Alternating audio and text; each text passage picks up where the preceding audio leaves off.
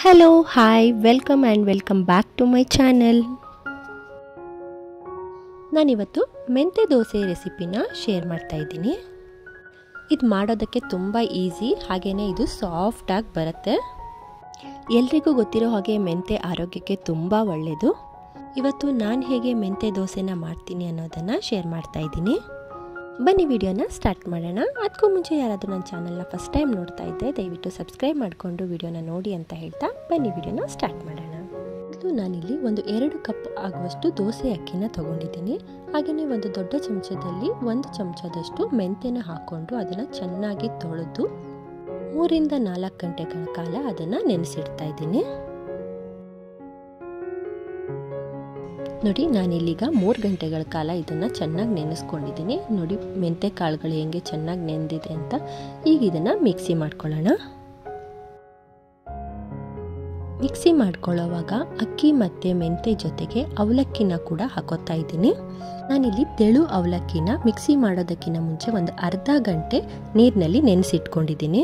ನಾವು ಯಾವ ಕಪ್ನಲ್ಲಿ ಅಕ್ಕಿನ ತಗೊಂಡಿರ್ತೀವೋ ಅದೇ ಕಪ್ನಲ್ಲಿ ಅರ್ಧ ಕಪ್ನಷ್ಟು ಅವಲಕ್ಕಿನ ತಗೊಂಡು ನೆನೆಸಿಟ್ಕೊಂಡು ಈಗ ರುಬ್ಕೋತಾ ಇದ್ದೀನಿ. ನೋಡಿ, ಈ ರೀತಿ ಚೆನ್ನಾಗಿ ನುಣ್ಣಗೆ ರುಬ್ಕೋಬೇಕು. ಈಗ ಈ ಹಿಟ್ಟಿಗೆ ಒಂದು ಸ್ವಲ್ಪ ಅರಿಶಿನ ಹಾಕ್ಕೊಂಡು ಮಿಕ್ಸ್ ಮಾಡ್ಕೋತಾ ಇದ್ದೀನಿ. ನೀವು ರುಬ್ಕೊಳ್ಳೋವಾಗಲೂ ಬೇಕಿದ್ರೆ ಅರಿಶಿನ ಹಾಕ್ಕೊಂಡು ರುಬ್ಕೋಬೋದು. ಅರಿಶಿನ ಹಾಕೋದ್ರಿಂದ ಒಂದು ಸ್ವಲ್ಪ ಕಲರ್ ಬರುತ್ತೆ, ಚೆನ್ನಾಗಿರುತ್ತೆ ಅಂದ್ಕೊಂಡು ಹಾಕೋತಾ ಇದ್ದೀನಿ ಅಷ್ಟೇ. ಈಗ ಇದನ್ನು ಓವರ್ ನೈಟ್ ಫುಲ್ ಹಾಗೇನೆ ಬಿಡ್ತಾ ಇದ್ದೀನಿ.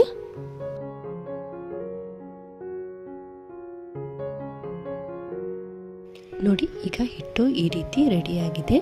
ಇದು ಉದ್ದಿನಬೇಳೆ ದೋಸೆ ಹಿಟ್ಟಿನ ಥರ ಉಬ್ಬಿ ಬರಲ್ಲ, ಈ ರೀತಿ ಅಲ್ಲೇ ಗಟ್ಟಿಯಾಗಿ ಇರುತ್ತೆ. ನೀವು ರುಬ್ಕೊಳ್ಳೋವಾಗ ಜಾಸ್ತಿ ನೀರನ್ನ ಹಾಕ್ಕೊಂಡು ರುಬ್ಕೋಬಾರ್ದು. ಈಗ ಬೇಕಿದ್ದರೆ ತುಂಬ ದಪ್ಪ ಅಂತ ಅನಿಸಿದರೆ ಬೇಕಿದ್ದರೆ ಒಂದು ಸ್ವಲ್ಪ ನೀರನ್ನ ಹಾಕ್ಕೊಂಡು ಮಾಮೂಲಿ ದೋಸೆ ಹಿಟ್ಟಿನ ಹದಕ್ಕೇ ಅದನ್ನು ರೆಡಿ ಮಾಡ್ಕೋಬೋದು. ಈಗ ನಾನು ಇದಕ್ಕೆ ಒಂದು ಸ್ವಲ್ಪ ಉಪ್ಪನ್ನು ಹಾಕ್ಕೋತಾ ಇದ್ದೀನಿ. ಹಾಗೆಯೇ ಒಂದು ಸ್ವಲ್ಪ ನೀರನ್ನ ಹಾಕ್ಕೊಂಡು ಚೆನ್ನಾಗಿ ಮಿಕ್ಸ್ ಮಾಡ್ಕೋತಾ ಇದ್ದೀನಿ.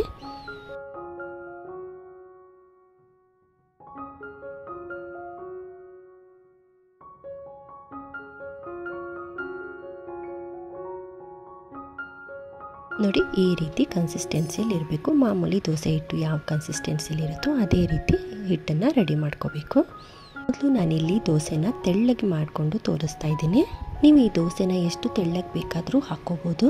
ನೋಡಿ, ದೋಸೆ ಹೇಗೆ ಉದ್ದಿನ ದೋಸೆ ಥರನೇ ತೂತಾಗಿ ಎಷ್ಟು ಚೆನ್ನಾಗಿ ಬಂದಿದೆ ಅಂತ. ಈಗ ಇದಕ್ಕೆ ಮೇಲ್ಗಡೆ ಸ್ವಲ್ಪ ತುಪ್ಪನ ಹಾಕ್ಕೊಂಡು ಬೇಯಿಸ್ಕೊತಾ ಇದ್ದೀನಿ.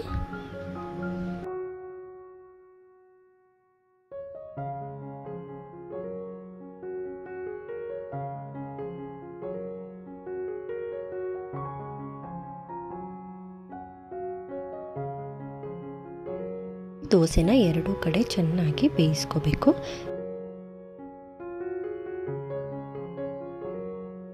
ಈಗ ನಾನು ಇನ್ನೊಂದು ದೋಸೆನ ಸ್ವಲ್ಪ ದಪ್ಪ ಮಾಡಿ ತೋರಿಸ್ತಾ ಇದ್ದೀನಿ. ನೋಡಿ, ಇದು ಕೂಡ ಹೇಗೆ ತೂತಾಗಿ ಎಷ್ಟು ಚೆನ್ನಾಗಿ ಬಂದಿದೆ ಅಂತ. ಮೇಲ್ಗಡೆ ಒಂದು ಸ್ವಲ್ಪ ತುಪ್ಪನ ಹಾಕ್ಕೊಂಡು ಇದನ್ನು ಕೂಡ 2 ಕಡೆ ಚೆನ್ನಾಗಿ ಬೇಯಿಸ್ಕೋಬೇಕು.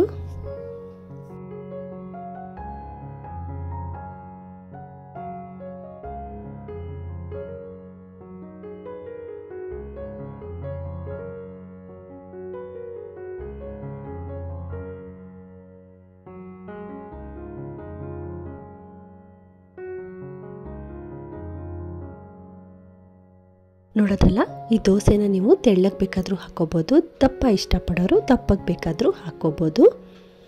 ಈ ದೋಸೆನ ನೀವು ಎಷ್ಟು ಹೊತ್ತು ಇಟ್ಕೊಂಡ್ರೂ ಕೂಡ ಅದು ಸಾಫ್ಟಾಗೇ ಇರುತ್ತೆ.